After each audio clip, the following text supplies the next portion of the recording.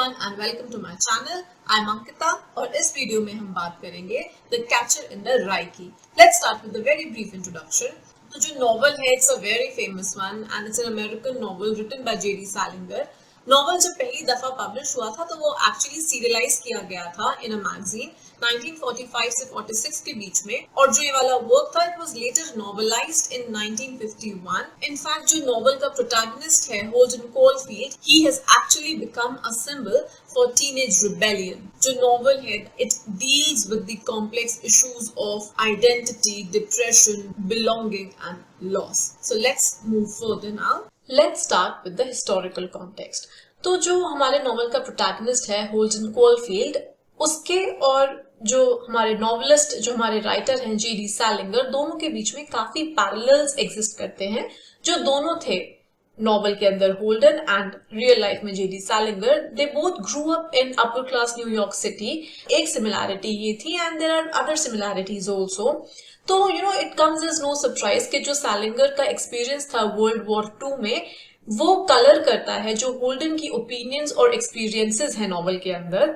जो world war 2 था, remember this, के काफी सारे मिलियंस ऑफ यंग लोग जो थे, the world war robbed them of their innocence. और जो सैलिंगर थे उन्होंने खुद ने देखा था कि thousands of people were slaughtered at Normandy. जो नॉर्मैंडी थी, it's the name of a place and this was also the place जहां पर इस वर्ल्ड वॉर 2 की ब्लडीएस्ट बैटल्स लड़ी गई थी. तो ये जो वर्ल्ड वॉर 2 का एक्सपीरियंस था सैलिंगर का, इसका जो इम्पैक्ट था उनके ऊपर, वो हमें देखने को मिलता है होल्डन के कैरेक्टर में कि कैसे जो होल्डन है ही इज मिसट्रस्टिंग और and he has a cynical view about adult society.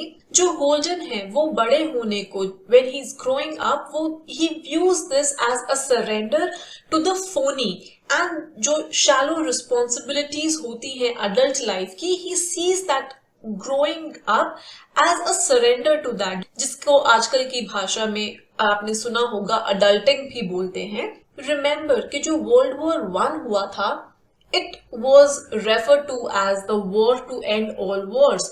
लेकिन वर्ल्ड वॉर 2 हुआ उसके बाद, एंड दिस वर्ल्ड वॉर 2, इसने ये जो क्लेम था कि वर्ल्ड वॉर 1 जो थी it was the war to end all wars, it proved कि ये वाला जो क्लेम था this was as hollow as ये जो फोनी आइडियाज हैं जो अडल्ट कैरेक्टर्स फोर्स करते हैं होल्डन के ऊपर throughout the novel. I have been using this word Fani.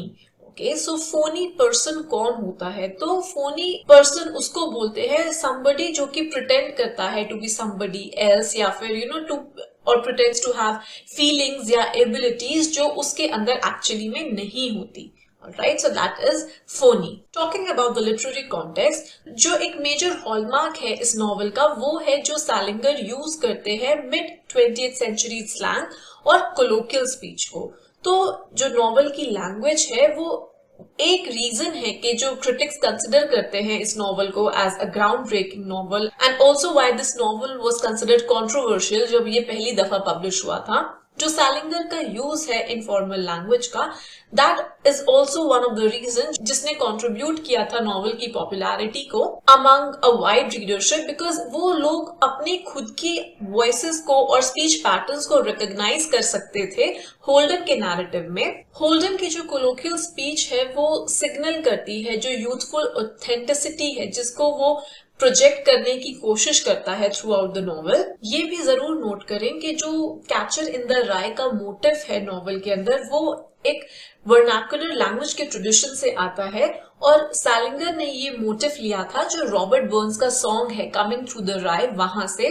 और ये जो सॉन्ग था रॉबर्ट बर्न्स का, ये स्कॉटिश डायलेक्ट में लिखा गया था. तो ये जो रॉबर्ट बर्न्स का रेफरेंस जो सैलिंगर ने यूज किया है, ये सिग्नल करता है कि सैलिंगर डेलिबरेटली अपने इस नॉवल को सिचुएट करते हैं और अपने इस प्रोटैगनिस्ट को सिचुएट करते हैं जो एक लंबा ट्रेडिशन चला आ रहा था वर्नाक्युलर लिटरेचर का. उसमें जस्ट अ नोट कि जो वर्नाक्युलर होता है, ये जो टर्म वर्नाक्युलर है, ये रेफर करता है उस लैंग्वेज या डायलेक्ट को जो कि एक पर्टिकुलर कंट्री या रीजन के लोग इस्तेमाल करते हैं एवरीडे कम्युनिकेशन के लिए.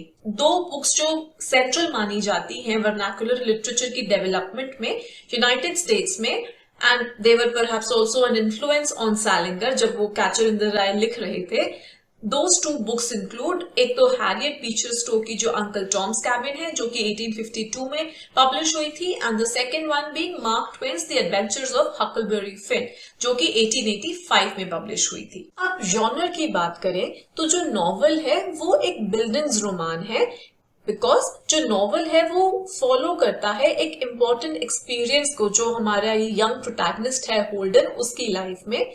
और जो नॉवल है वो फ्लैशबैक में बताया गया है और प्रोटैगनिस्ट का जो अटेम्प्ट है ट्रांजिशन करने में फ्रॉम चाइल्डहुड टू अडल्टहुड उसको डिस्क्राइब करता है. बिल्डिंग्स रोमान जो कि कमिंग ऑफ एज स्टोरीज होती हैं जो यूटिलाइज करती हैं चाइल्ड या टीनेज प्रोटैगनिस्ट को ताकि वो आइडियाज डेवलप कर सके कि एक मॉरली और स्पिरिचुअली मेच्योर पर्सन होने का क्या मतलब होता है. तो बिल्डिंग्स रोमान में फ्रीक्वेंटली अडल्ट कैरेक्टर्स भी आते हैं जो कि एज एंटागनिस्ट सर्व करते हैं टुवर्ड्स द मेन कैरेक्टर. और ये जो अडल्ट कैरेक्टर्स होते हैं ना ये प्रेजेंट करते हैं द मॉडल्स ऑफ मेच्योरिटी जिसे प्रोटैगनिस्ट या तो एक्सेप्ट कर सकता है या तो रिजेक्ट कर सकता है. ऐसे ही कैचर इन द राई के अंदर भी होल्डन ऐसे काफी सारे अडल्ट्स को एनकाउंटर करता है एंड ऑलमोस्ट सबको वो रिजेक्ट करता है एज फोनीज. फोनी क्या होता है I have already told you. तो होल्डन जो है उसे वो मॉडल खुद बनाना होगा कि इस अडल्ट वर्ल्ड में क्या मतलब होता है to be a moral person. तो he has to create his own model for that because जितने भी कैरेक्टर्स अडल्ट कैरेक्टर्स उसको दिखाए वहां पर उसने सबको रिजेक्ट कर दिया and that is why he must create his own model. Right. Also, continuing with the genre thing, novel के अंदर सैलिंगर also draws on realism, जहां पर वो स्लैंग यूज करते हैं, डायलेक्ट यूज करते हैं, क्लास डिस्टिंक्शंस और रियल वर्ल्ड लोकेशंस को यूज करते हैं ताकि वो एक एक्यूरेट पिक्चर को प्रेजेंट कर सके of a specific time and place. तो नॉवल के अंदर आप देखेंगे कि सैलिंगर ने क्लास बेस्ड डायलेक्ट यूज करी है for characters such as the prostitute and her pimp जो कि एक अवेयरनेस क्रिएट करते हैं about class in the novel. Also Salinger ने नॉवल के अंदर काफी सारी रिकॉग्नाइजेबल लोकेशंस भी यूज करी हैं जैसे कि फॉर एग्जांपल सेंट्रल पार्क या फिर नेचुरल हिस्ट्री म्यूजियम हो गया ताकि वो अपने इस नॉवल को एक फेमिलियर लैंडस्केप में सिचुएट कर सके और वो रीडर्स को पढ़ने में और रियलिस्टिक और पॉसिबल लगे. Now coming to the setting, जो हमारा नॉवल है it takes place sometime in the post World War II era, या तो late 40s में या फिर early 50s में. ये जो साल थे ना ये एक ऐसा टाइम था जब अमेरिका था it became a booming economy. It was also witnessing a sense of progress जो कि उसने पहले नहीं देखी थी, but it was also coming to terms with the atrocities of the war जैसे कि होलोकॉस्ट हो गया या फिर जो अमेरिका ने एटॉमिक बॉम्ब्स गिराए थे जापान पे. ऑल्सो नोटिस के नॉवल के अंदर काफी स्पेसिफिसिटी के साथ आपको सेटिंग बताई गई है पर नॉवल आपको ये नहीं बताता कि होल्डन कहाँ है जब वो स्टोरी को नरेट करता है. तो नॉवल के अंदर ना काफी सारे क्लूज दिए गए हैं जिससे कि रीडर्स ये मानते हैं कि जो होल्डन है वो स्टोरी बता रहा है एक किसी साइकाइट्रिक फैसिलिटी से उसका मेंटल ब्रेकडाउन होने के बाद. However, एक इंटरप्रिटेशन ये भी है कि जो होल्डन है वो एक मेडिकल फैसिलिटी में है जहां पर वो रिकवर कर रहा है एक बीमारी से जो कि उसको हुई थी जब वो न्यूयॉर्क में था during the weekend.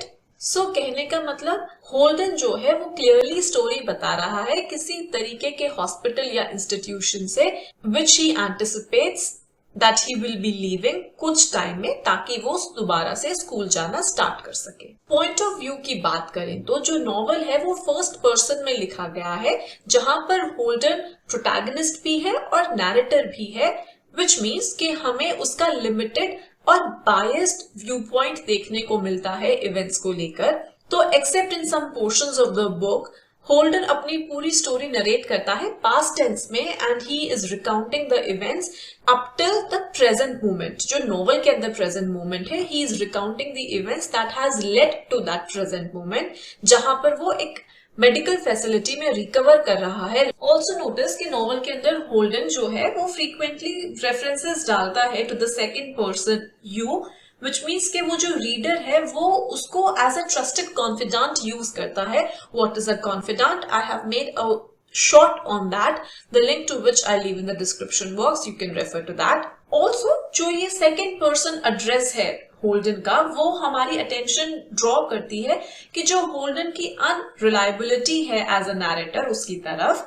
Through out the narrator Holden reader को ये कन्विंस करने की कोशिश करता है कि वो इवेंट्स को एक तरीके से, इस तरीके से इंटरप्रेट करे, पर सिमिल्टेनियसली साथ साथ में वो हमें ये एविडेंस भी देता है कि जो ऑपोजिट इंटरप्रिटेशन है उस इवेंट को लेकर वो करेक्ट है. तो फॉर एग्जाम्पल वो हमें फ्रीक्वेंटली ये इंसिस्ट करता है कि वो लोगों को कितनी अच्छी तरीके से जानता है. For example he says I know old Jane like a book, लेकिन जो उसकी रेलुक्टेंस है, जो उसकी झिझक है कांटेक्ट करने में जेन को, वो ये सजेस्ट करती है कि वो उनके साथ उतना इंटीमेट या कंफर्टेबल नहीं है जितना वो रीडर को दिखाता है, कि जितना वो रीडर को बताना चाहता है. अब जैसे जैसे नॉवल प्रोग्रेस होता है ना, ऑल्सो जो होल्डन की मेंटल और फिजिकल कंडीशन है वो और ज्यादा फ्रैजिल होती जाती है, और जो उसका पॉइंट ऑफ व्यू है वो रिफ्लेक्ट करता है कि जो उसकी रियलिटी पर ग्रिप है वो कैसे अब धीरे धीरे छूटती जा रही है. तो at the end of the novel वो काफी वीक स्टेट में है, but still he stands in the pouring rain. तो ये जो उसका लैक ऑफ कंसर्न है अपनी हेल्थ के प्रति, ये इंडिकेट करता है that he is losing touch with reality. That's it for today's video. In the next video, I will be talking about the detailed summary of the text and will also be discussing some of the important themes in the novel. If you're new to my channel, do not forget to like, comment, share and subscribe. Thank you so much.